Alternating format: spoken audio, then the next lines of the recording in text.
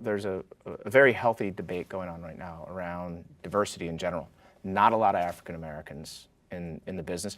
What has that been like? What have you run into? And are there any sort of hidden advantages you've figured out about being such a small minority in this world?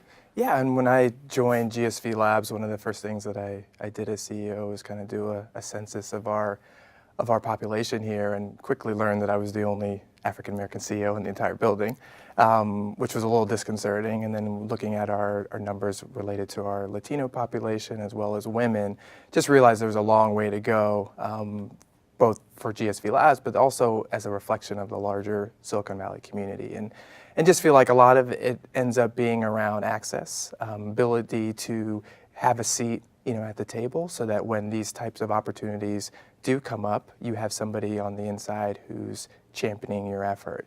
Unfortunately, because of different legacy and other challenges related to persons of color and women being in those boardrooms, when those opportunities do come up, you, as one should, you think about people who you know and people who are within your network.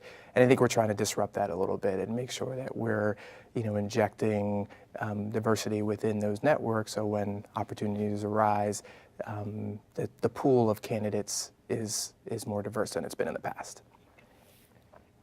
I imagine you get a lot of outreach from young people looking for advice. And so what we've learned in the Fellows program over the 20 years is that the bias that people run into, and there's a bias everywhere, but the bias in the venture industry tends to run from one end of the spectrum where there's malicious bias and something in the middle around sort of just plain ignorance.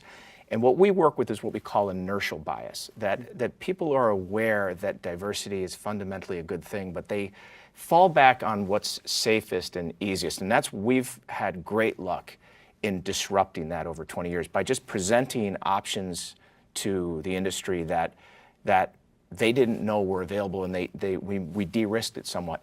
Mm-hmm. What kind of advice do you give to a young person, recognizing they're going to run into this kind of institutional problem? But what do you give them? What sort of things can they do to break through, to stand out, to get past that perceived risk of inertia?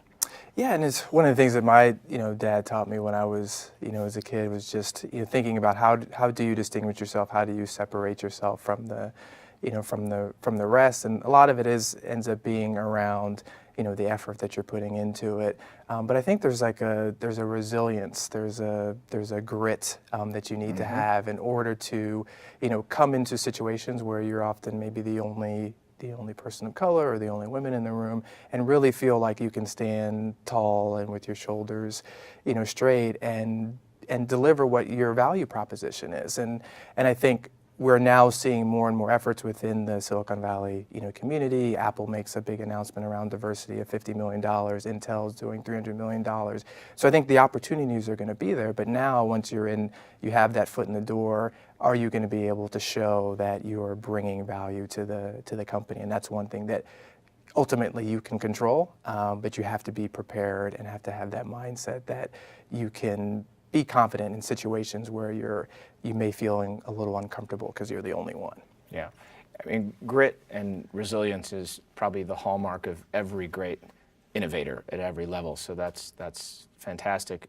What role, if any, has empathy played for you in sort of trying to get inside the heads of people who, may be new to you, or they're you're new to them? Yeah, I mean, I've taken a somewhat circuitous path to where I am now, and in the sense that I started off in the not-for-profit sector and spent time working at foundations. Venture capital's not-for-profit. Exactly. You're an expert. Yeah. Exactly. Yeah, I figured out a way to make that transition with applicable skills, I hope. But I think that's where you start. I mean, that's where you get a real understanding of like who is your customer, who is it that you're really ultimately trying to serve. And once you can kind of put yourself in the shoes of that person, it makes it a lot easier when you have a candidate who's applying to be one of the founders within your accelerator, or you're looking for somebody to hire. You've been in that situation, and you have a good understanding of where they're coming from, and then hopefully you can help chart a path for where they're going to be.